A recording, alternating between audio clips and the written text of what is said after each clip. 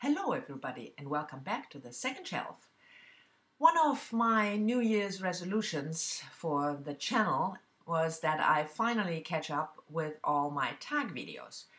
So the first one, which I will do today, is the Star Trek book tag, revolving all around the Star Trek series.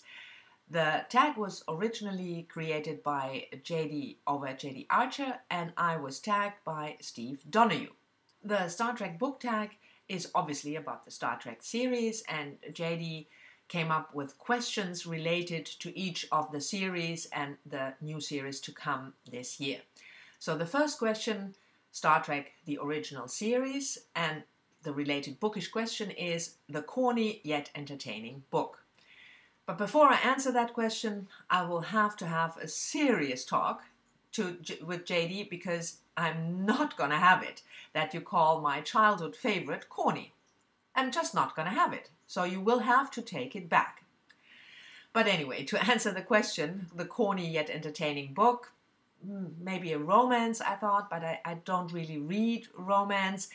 And then I thought, well, you could interpret the question also as the bookish equivalent of comfort food. And my comfort read, corny as it may be, always books about books. I just love them. And one I picked for this question is Tolstoy and the Purple Chair by Nina Sankovitch, which came out, I think, 2 or 3 years ago. And Nina Sankovitch decided to read one book a day for a whole year. And Tolstoy and the Purple Chair is the story of her year of magical reading, as she called it, in which she tried to accomplish that task and how that goes and which books she read. I love it.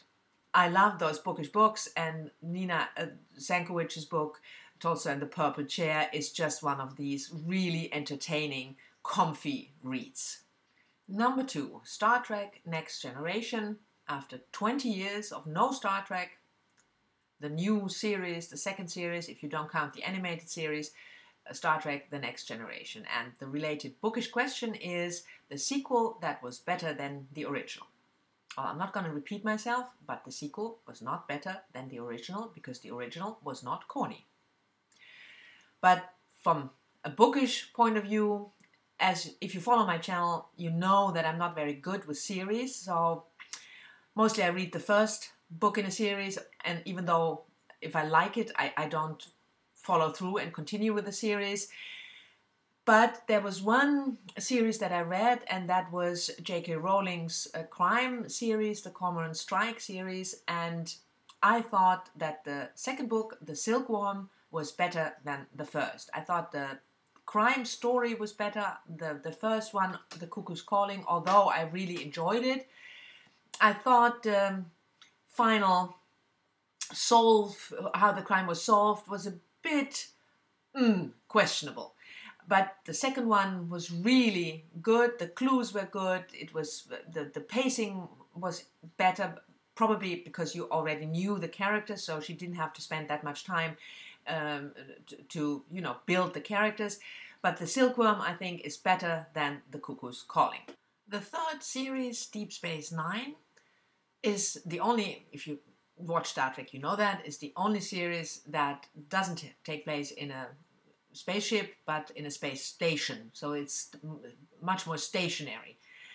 And I have to say, although I liked this idea and I thought that was something new, I really didn't like the main character played by Avery Brooks. Although I think he's a fabulous actor, but somehow in this series his acting I thought was so stiff and so acted.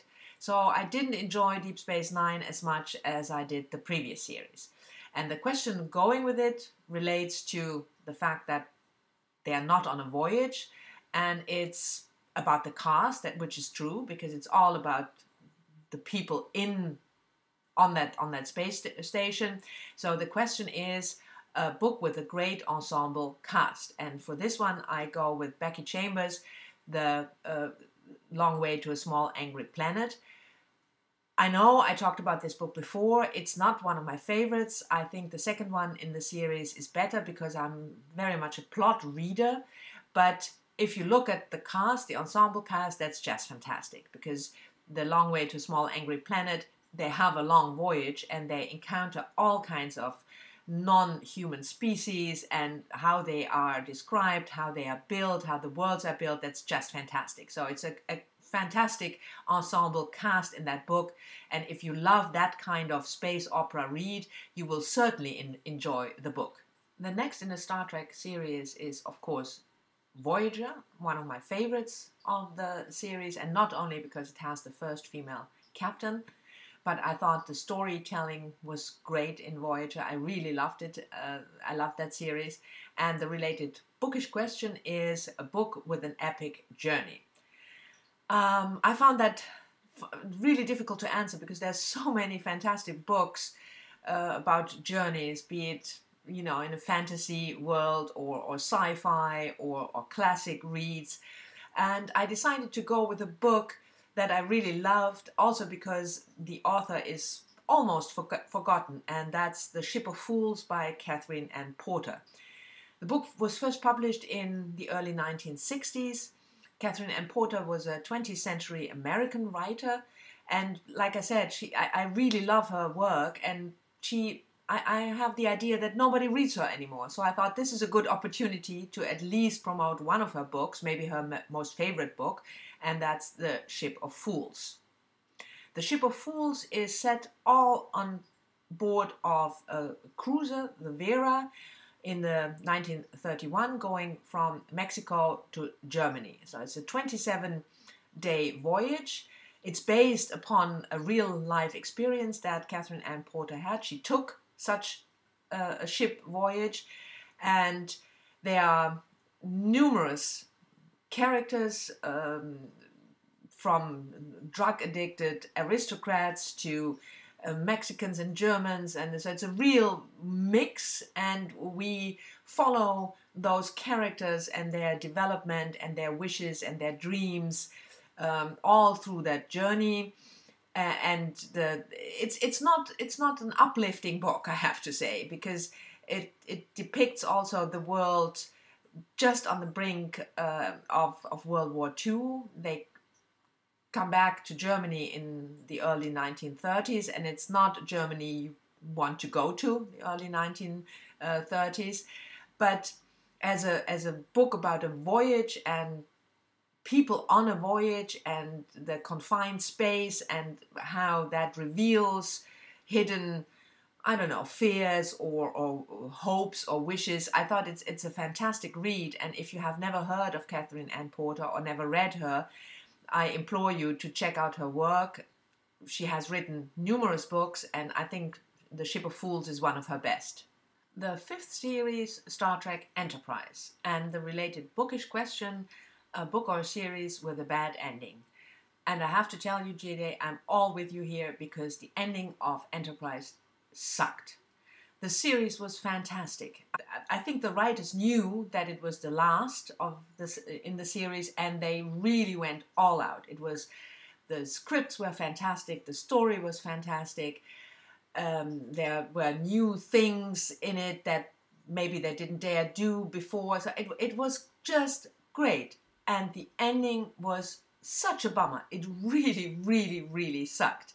And for the corresponding book with a bad ending, although there are many, I chose a classic, and that's Louisa May Alcott, Little Women. I read this book for the first time, I think, when I was in my teens, and I could never get over the ending. I mean, why on earth did Jo have to marry this boring Friedrich? Why did she have to marry at all? I mean, okay, I could understand that she turned down Laurie. Certainly if you've seen the movie, because who would want to marry Christian Bale, even a young Christian Bale? But why did she have to marry at all? And then Friedrich, and the way it is described in the book, they chose to share the burden of life or something. I mean, that's a fantastic basis for a marriage, isn't it? Share the burdens of life. Well, hooray! Anyway, I thought the ending of Little Women was really bad. I didn't like it at all, and it's just as bad as the ending of Enterprise. And the last question is related, of course, to Discovery, the new series that will come out this year, so we will see about that. and the related bookish question is your most anticipated future release.